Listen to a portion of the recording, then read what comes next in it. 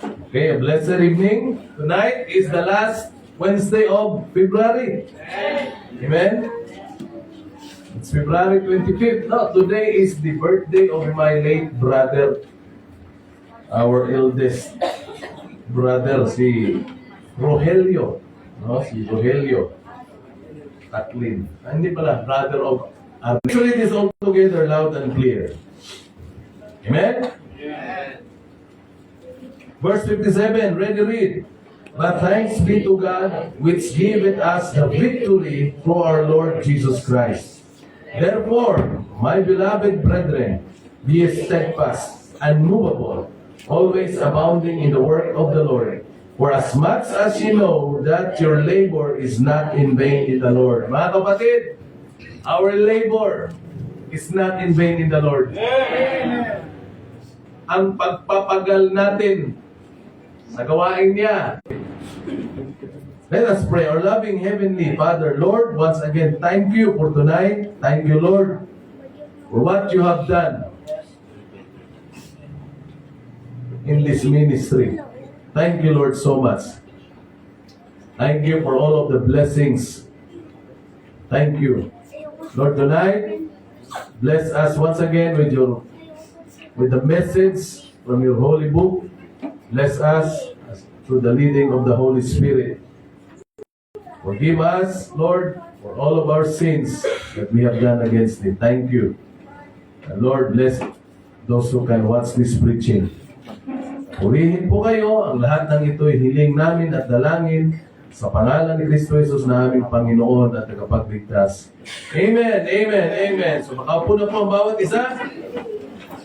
In these passages or verses, makikita natin na talagang meron talagang katagumpayan. Amen? Amen. Meron talaga. Ang tagumpay na ito ay Panginoong Hesus lamang ang makakapagbigay. Amen. And every believer must be a victor. Or victor, not a victim. Amen. Amen ba? Amen. Kaya sabi dyan, but thanks be to God, which giveth us the victory. Kaya na ang victory, hinihingi talaga yan. Lord, give me victory. Bigyan mo ako ng katagumpay. Katagumpayan. Kasi, hindi ka magtatagumpay kung hindi mo hingin yan. You must ask it, Lord, give me victory. Ang tagumpay, wala sa emperador. Sa Panginoon. Itong mundong ito, sobrang deceiving, napakamandaraya. Tama. Diba meron, ano yun? Yung pagkalastas na yun? Tagay sa tagumpay. Pambihira. Walang nagtatagumpay sa tagay. No? Kaya nga, but thanks be to God, which giveth us the victory. Kita nyo how many times na naranasan na natin ang katagumpayan? Amen? At tingnan nyo pag sinabi mong victory, ibig sabihin, meron kang laban na mararanasan. Masasabi mo bang nagtagumpay ako na wala kang ginawa? Yung simple lang, halimbawa, na nangyari siguro sa atin to. Yung bang meron kang problema sa yung tinatawag na excretory system. Excretory system. The process of getting rid of the mapagpupo mo. Ano ka pa ba, no? Naranasan mo yan? Yun nga sa Cebu, sa Baguio kami, natulog kami sa teachers camp. Ano yun common yun Isang kwarto yung kinuha namin, pero ilang bed yun. 8 yata kami nun. O 6. Tapos, yung CR, common. Sobrang laki. Merong shower room, meron ding, puro trono lang. So, nung pasok ako, dahil maliligo na, sakit talaga. Yung katabi ko ay, mayroong trono. So may nakaupo. Siyempre, pag sobrang lamig, ganyan. Maya-maya, narinig ko yung nasa kabila. Parang ano ba, parang bulldozer. Maya-maya.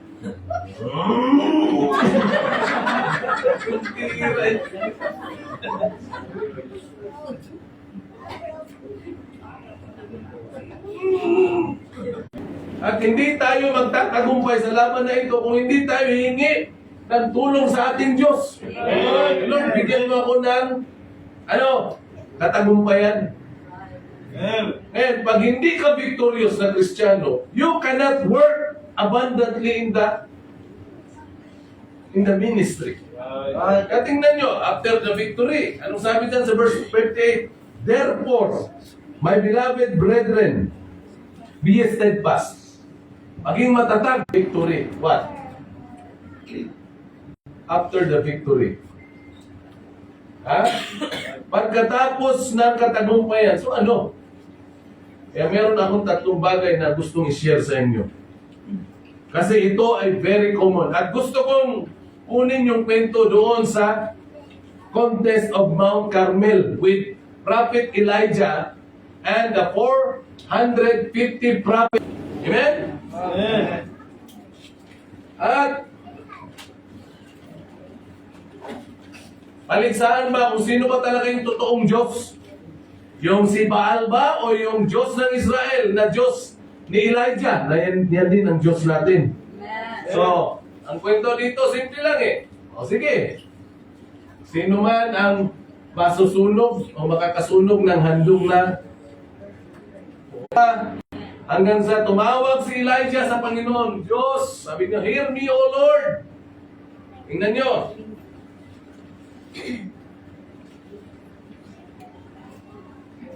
Ang kwento, mababasa natin sa 1 Kings chapter 18, verse 20 hanggang 40. Hindi na natin babasahin to. Pero yan ang kwento dyan. Hanggang sa nalaman nga na ang totoong Diyos ay ang Diyos ni Elijah. Diyos ng Israel. Na siya din Diyos na pinaglilingkuran natin. At ang nangyari, tingnan nyo yung 450 prophets ni Baal, lahat yun ay patay. Kikita natin ang kwento dito. Saan? Sa verse number 40. And Elijah said, sino ang nagbigay ng tagumpay sa kanya? Katagumpayan? Ang Diyos. So alam nyo, after the victory, what happened to Elijah?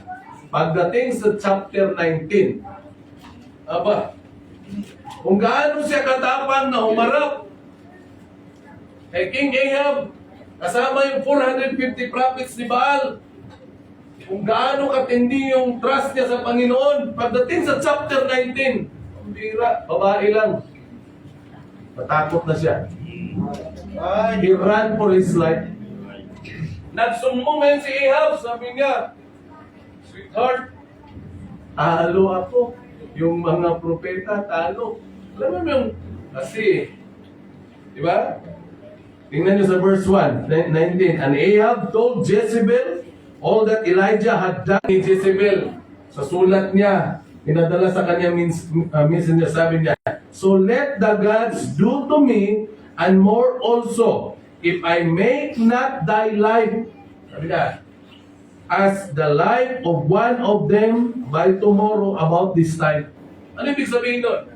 Sabi niya kay Elijah, kung ano ang ginawa mo sa kanila, yung them dyan, yung 450 prophets, kung paano mo sila pinatay sa sword, ganyan din ang gagawin ko sa iyo.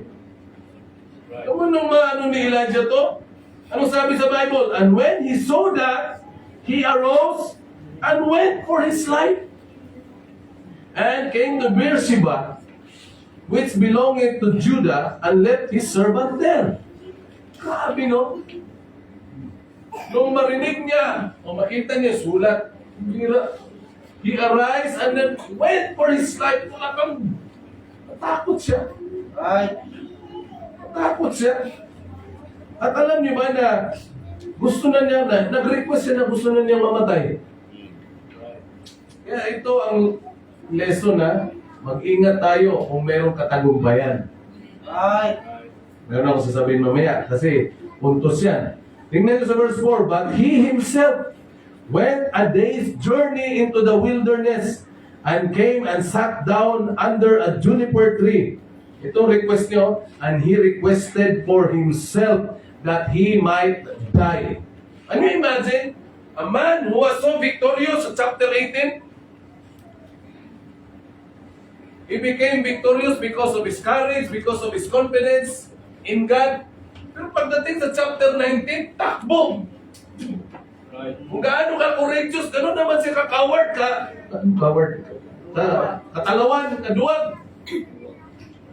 Grabe, no? At nag-request pa na, gusto ko nang mamatay. No? Sabi niya, it is enough. Now, O Lord, take away my life, for I am not better than my fathers. Maga, after the victory, na-burn out si Elijah. Na-burn out siya. No? So after the victory, Christians, listen to this. Ito yung mga bagay na dapat huwag natin gawin. Amen? Amen. Number one, after the victory, number one, don't let your guard down. Don't let your guard down. Amen. Ibig sabihin, huwag mo yan, yung depensa mo ay may baba mo. Sa ating mga Kristiyano, tandaan natin, the devil, nandyan lang, he's roaming around seeking whom he may devour. Don't let your guard down. Kung mga sa boxer pa, bago ang laban, ang laging sinasabi ng referee. Okay, ha? But I command you in the dugout, okay, ganito, no hitting. Just hit here and there, no hitting below the belt, okay? Obey my commands at all times. Sinasabi ng mga ano yan, referee. Tapos ano sinasabi? Protect yourself at all times. Right? Kaya yung mga boxer, nakaganon lagi. They don't lower their guards. Right. Ganun palagi yan. Ha? Bibili na. Sige. Kaya tayong mga Kristiyano, alam naman natin na this book is our guard. Right. Amen. Ang problema sa atin, pagka nagkaroon na ng katagumpayan, parang naglalaylo tayo ba? Hindi mo na tayo magdi-devotion, pagod din. Hindi mo na, wala. Pahinga muna, relax muna. No? Wala mo nang, hindi man ako boxer, pastor, pero dapat hindi pa tayo boxer, pero nakaganyan pa rin palagi. Without ceasing na di ba? Kaya don't let your guard down. Amen. Huwag tayong pagkakumpiyansa. Kasi, sa katagumpayan, diyan naghahanap ang diablo ng ano? Ng kanyang mabibiktima. Right? Huwag tayong pagkakumpiyansa. Yes, there's victory in God, pero huwag tayong pagkakumpiyansa. Right. Kasi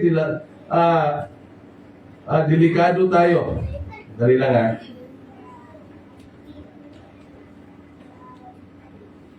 Delikado. Meron ko ipapakita sa inyo. Tingnan nyo. Huwag mo muna ipalabas. Si Pacquiao, nakatatlong laban sila ni Juan Manuel Marquez. Yung unang laban, draw. Tama ba? Draw ba? Draw? Yung pangalawang laban, panalo si Pacquiao. Di ba? Dalawang laban yata, panalo siya. Tama ba? Yung pangatlong laban, kasi alam ni Pacquiao na kaya ko to. Nung sa pangalawang laban nila, na-knockdown niya si Marquez. Sa third round, na-knockdown niya, nakaliwa niya.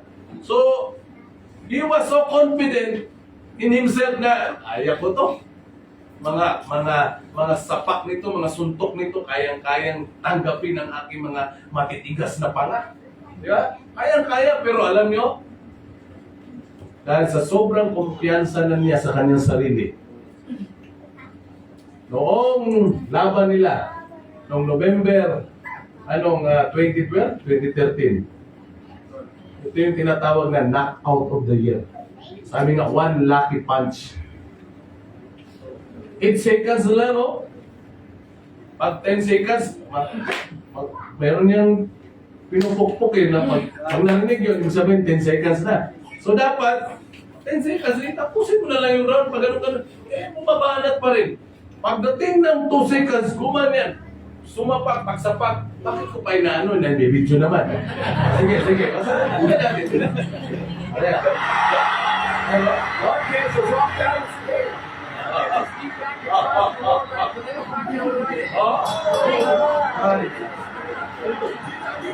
Tingnan nyo ha, pagkasapat. Alam niyo kung bakit? Kasi he let his guard down.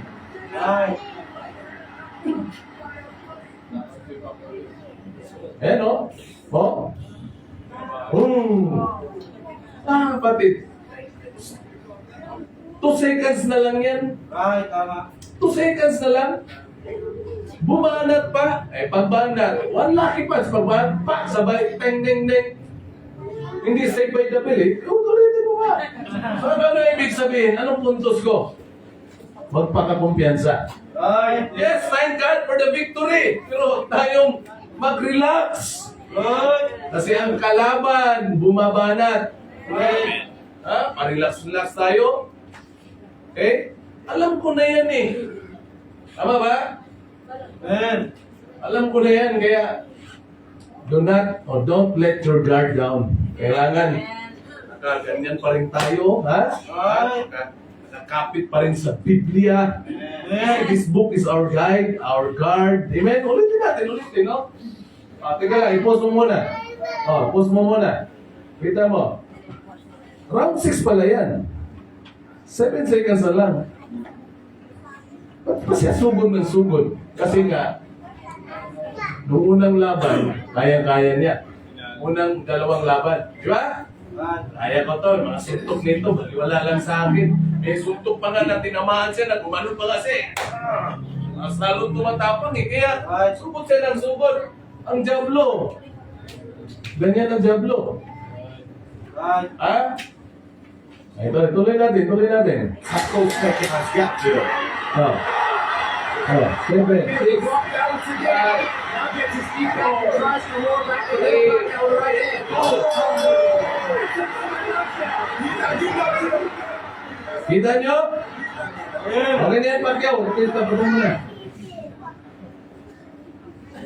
After the victory, first point, don't let your guard down.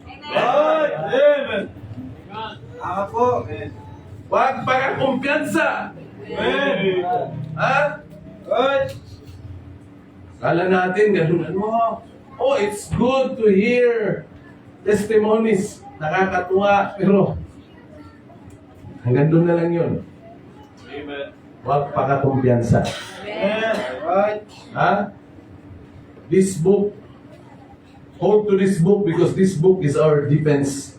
amen. Ang depensa natin to, gwardiya natin to. Ha? Amen ba? Amen. And don't let your guard down. Pangalawa, after the victory,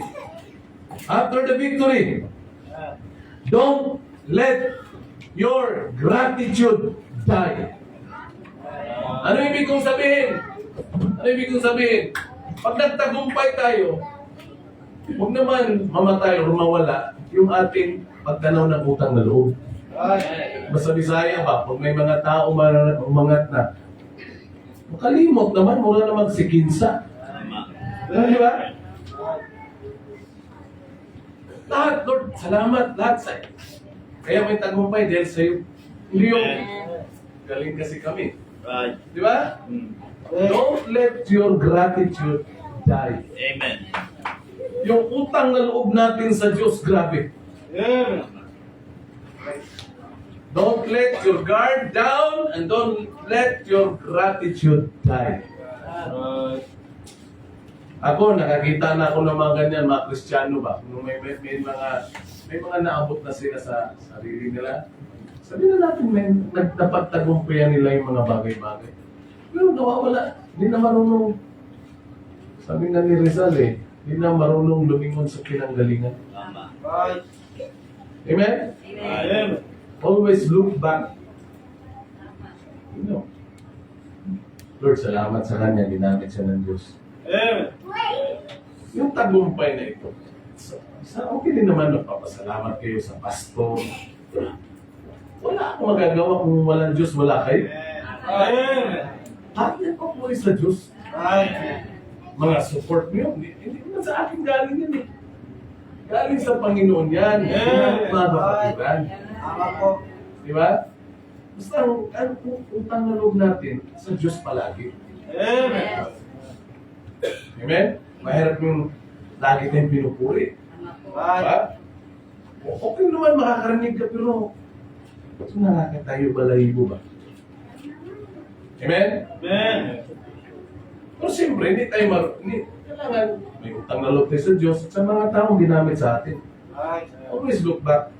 Amen. Lagi tayong marunong dapat tumanaw ng utang na loob. No? Don't let your gratitude die. Yung pagtanaw ng utang na loob, huwag nga mamatayan. Amen. Kung ano man tayo, yung tagumpay na ito, galing sa Diyos, dahil sa inyo. Amen. Dahil sa inyo. Kasi kung hindi, walang participation, walang unity, ang hirap kaya. Amen? Amen. Kaya, may mga pastor, magpapasalamat. Pastor, bless na bless. Salamat sa Panginoon. No? Salamat sa mga binigay mo, pastor. Sa Panginoon yun. Ang miyembro. Narito ng miyembro. Wala ka na akong maibigay. Diba? Amen. Amen ba? Amen. Wala akong maibigay. Ako nga din, naghihintay ng... Salamat sa Panginoon. Basta kung anong meron tayo, galing lahat sa Diyos yan. Amen. Pasalamat ako na talaga, no? Yung misis ko, tinitingnan ko na lang yun eh. Mami, lahat ng pastor, mayroong lang gift. Kaya napabili na siya ng sobre. Daming sobre. Pero kompleto, no? Amen. Amen. Dahil din sa Diyos yun, dahil ginamit kayo. Amen? Tapos, may pumasok sa Gcash ko. No? May pumasok. Sino kayo nagpadala nito? 10,000 eh. Wow. Nag-iisip ko, sino kayo nagpadala nito? Sabi ko, naligaw yata ako. No? Naligaw yata ako. Kung naligaw to, akin to. Maya-maya may nag-chat. Kinagabi may nag-chat. Sinend yung, saan yung palagayin. Amen. Isa Gcash ko pumasok, so akin. Right. Ha?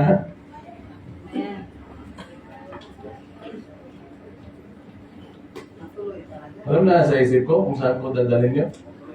Doon, yung support ko sa mga taga-Kalinga. Amen. Yung sinabi kong hiningi ko na yung mga number nila. Kasi sabi ng isang pastor, yung mga pastor na nagsusupport sa mga misyonaryo, mga gwapo. Isa pastor, count me in, ha? Isa ang BBC Muson magsusupport sa iyo. Amen. Susupport tayo sa, Right. may mga ilan doon na dadagdag natin. Amen? Amen. Ayos ba? Amen. Sabi nag-chat-chat Kaya nga, yung pagtanaw ng utang na loob. Kung tayo nagtagumpay, Lord, salamat sa tagumpay. Amen. Huwag tayong huwag tayong kung makakarinig kayo ng mga comment na ang ganda, basta uliin ng Diyos. Ha? Amen. Huwag yung, siyempre, ganito kami sa BBC Muson talaga. Oo, di ba? Kita mo naman. Kita mo naman. Nagpagkain kami. Saan? Sa covered court. Ano pa? Pero maganda nga, no? Susunod, ganyan uli, no? Right. Tapos, parang tuloy, Bogol Nights. Kasi may mga nagpa-picture na dalawa. More mga bata. More mga teenagers.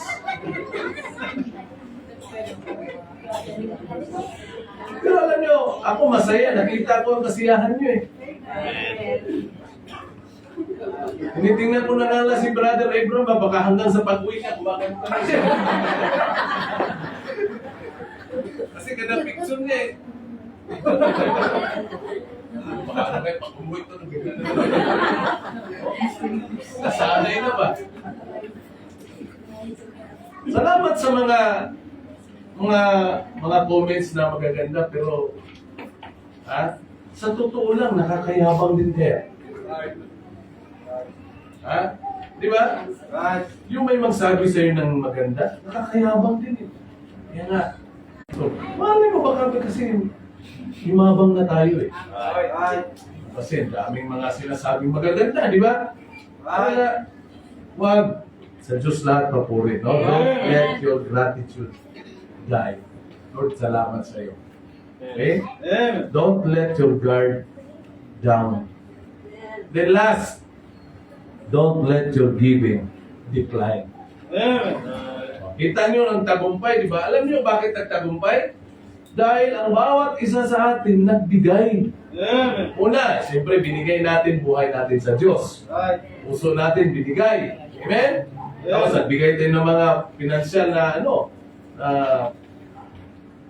pangailangan para magkaroon ng tagumpay. Kaya sa susunod, dapat hindi mag-decline. Mag-increase pa. Amen? Amen. Salamat sa Panginoon, no?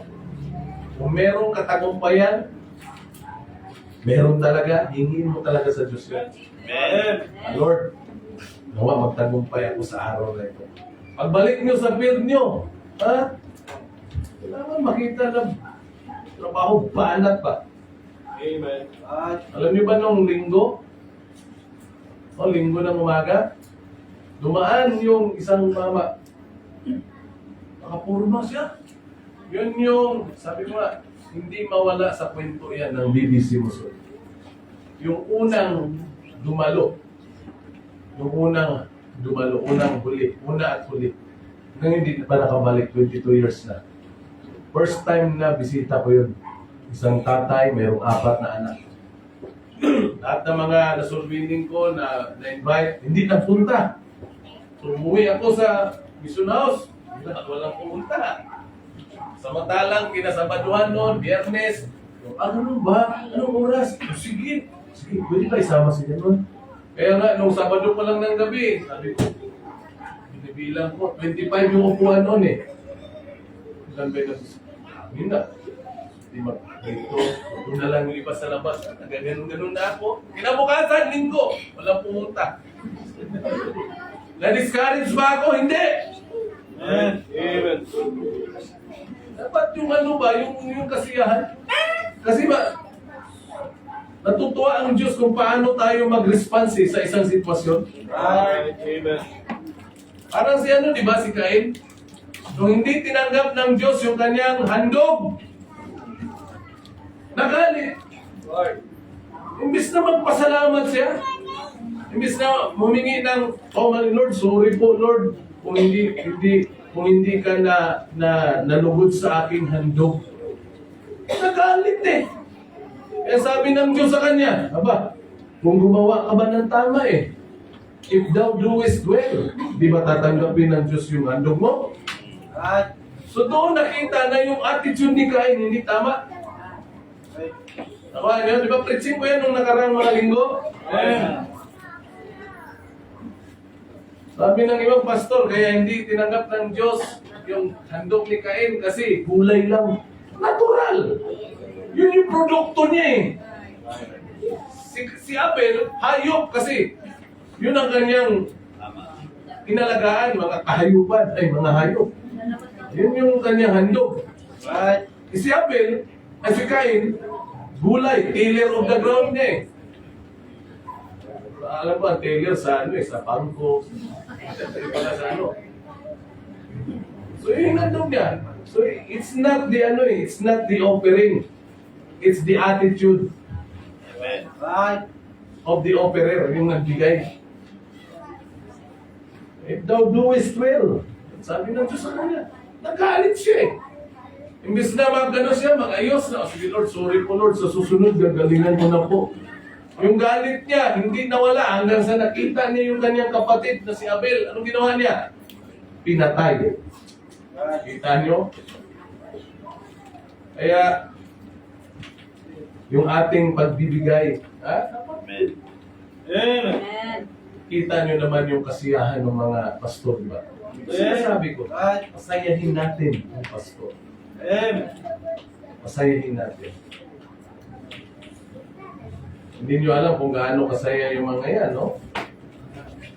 No? Amen. Right. Mas marami tayong matutulungan. Alam ko, meron tayong project. Pero God will supply the needs. God. Patuloy natin ipag-pray. Meron na kayo nakasap? May napuntahan? Kanina. Ano sabi?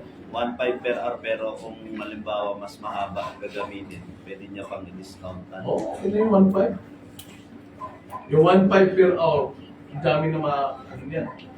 Pero kung mga worker yun, wala. Yung 1.5, ano lang yan eh. 30 minutes. Nagtatrabaho. Merinda! Merinda! Kain! Tapos, okay na yun. 10 oras, 15,000. So, ipag-pray natin yan. Amen? Amen. Kaya tuloy-tuloy lang tayo. Magbigay. Right. Ha? Naghirap ba tayo nung nagbigay nyo na nagbigay? Amen. So, tingnan nyo di nga natin makatalo ang Diyos sa pagbibigay. Right. Tama po. Magbigay ka ng pera, anong binigay ng Diyos Ama sa atin? Anak niya. Amen. Hindi nga natin kaya yun, di ba? Di ba yung mensahe nung Lunes? Si Abraham, hiningihan ng Diyos ng anak. Right. Okay lang kung mayroon kang 5 anak. Gina isang anak mo. Siyempre, pipiliin mo ang tigas-ulo. Ito. Halimbawa, gawin ng Diyos ba sa mga simbahan? Maghandog ka ng worker. Isa. Makiusap ako sa Diyos, Lord. Pwede bang 2 o 3? Ha? Lord, isa lang talaga, Lord. Ha? Eh kung isa lang talaga, sino pipiliin? Alam na. Ha? Alam na. Siyempre, hindi si LG yun. Hindi si LG. Kasiyahan ko yan eh. Amen. No? Baka yung nakaputi pa. Oh, at halimbawa, ang church ang magdesisyon ba? Tayong lahat. Siyempre, mabutuhan, di ba? Right. Church, namusap pa ng Panginoon na maghandog daw tayo.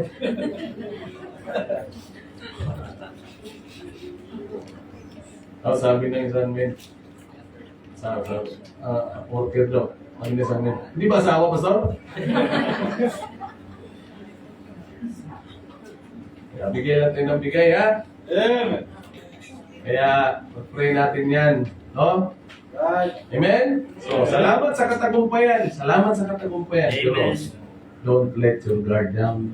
Right. Always protect yourself at all times. At yung protection natin na ito, ay magagaling sa Diyos. Kaya hindi talaga natin, lagi tayo mag-pray, ha? Amen. Amen? Amen. Kasi ang Diablo, hindi natutuwa. Hindi natutuwa ang yawa. Yawa nga yan eh. Right. Pero tingin yung yawaan eh. Hindi yan. No? Kaya, let us protect ourselves at all times through prayers, ha? Amen. Reading this book is our guard. Amen. Amen? Amen. At kung nagtagumpay tayo, don't let your gratitude die. Always look back. Be grateful to God, to the people who were used by God. Be grateful tayo. Amen? Amen. Huwag yung muna natagsikinsa, ha? Parang sino na tayo. Ay yung mga nag-aaral, ha?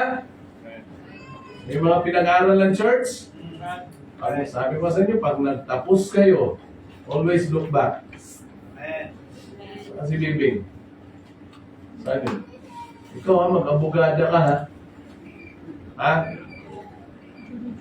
Ano na yung mag-abogada yan? Kailangan mong mag-abogada. Okay? Right, Jim. Para yung mga loko-loko dito, mapagtanggol mo.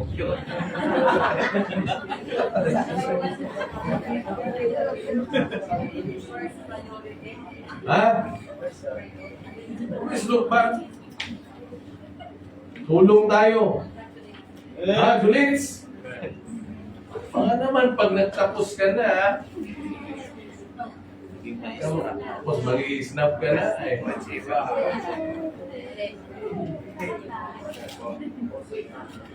Always look back, ha? LG, ha? G, mag-mekanimo lang ka ikaw. Ano kinukuha mo? Ha? Ano yata kinukuha nito yung broadcasting, eh. Broadcasting ka ba? Ano, papalit ka kay Mike Enriquez? Ha? Laging nakalingon na. Huwag yung mga stiff-neck na, ha? Hindi na marunong lumingon, hindi na marunong kumilala. May stiff-neck na, may amnesia pa. Sino ka? Sino ka na? Sino ka? Amen? Amen. Kaya ngayong gabi, ha, Lord, salamatan natin ang Diyos sa katagumpayan. Saka siyempre, let us protect ourselves at all times. Let's always pray. Amen? Amen. Ang tayo po'y manalangin. Lord, salamat po sa gabing ito. Salamat sa inyong makapangyarihang salita. Thank you, Lord. Victory is certain. Tiyak na tiyak ang katagumpayan. Victory, Lord, is a choice. Lord, help us to become victorious. And Lord, salamat sa mga bagay na pinagkaloob niyo. All glory belongs to you. Nawa magtagumpay kami, kaluwalhatian sa inyong pangalan palagi. Salamat, Panginoon. Purihin ka. Pagpalaan niyo pong bawat isa sa amin. Lagi magtiwala sa iyo. Hindi magtiwala sa sarili, hindi kumpiyansa sa sarili. Sapagkat ang kalaban, Panginoon, He is seeking whom He may devour. He is like a roaring lion looking for a victim. Lord, pwede kami maging biktima.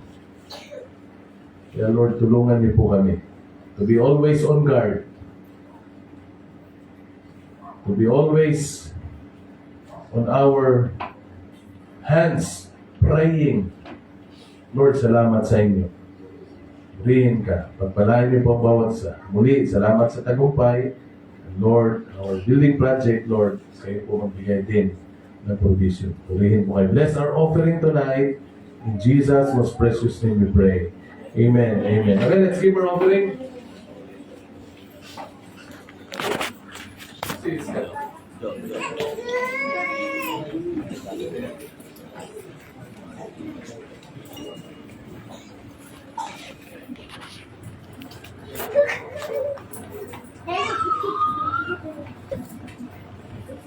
Okay, thank you for watching. God bless you all.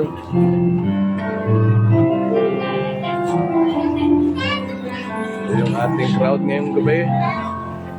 Ano, yung mga missionaries natin. Nanood yung misis mo. Elka.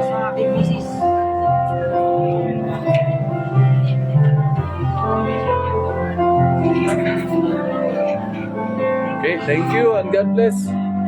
Nandito na lang. Bye-bye.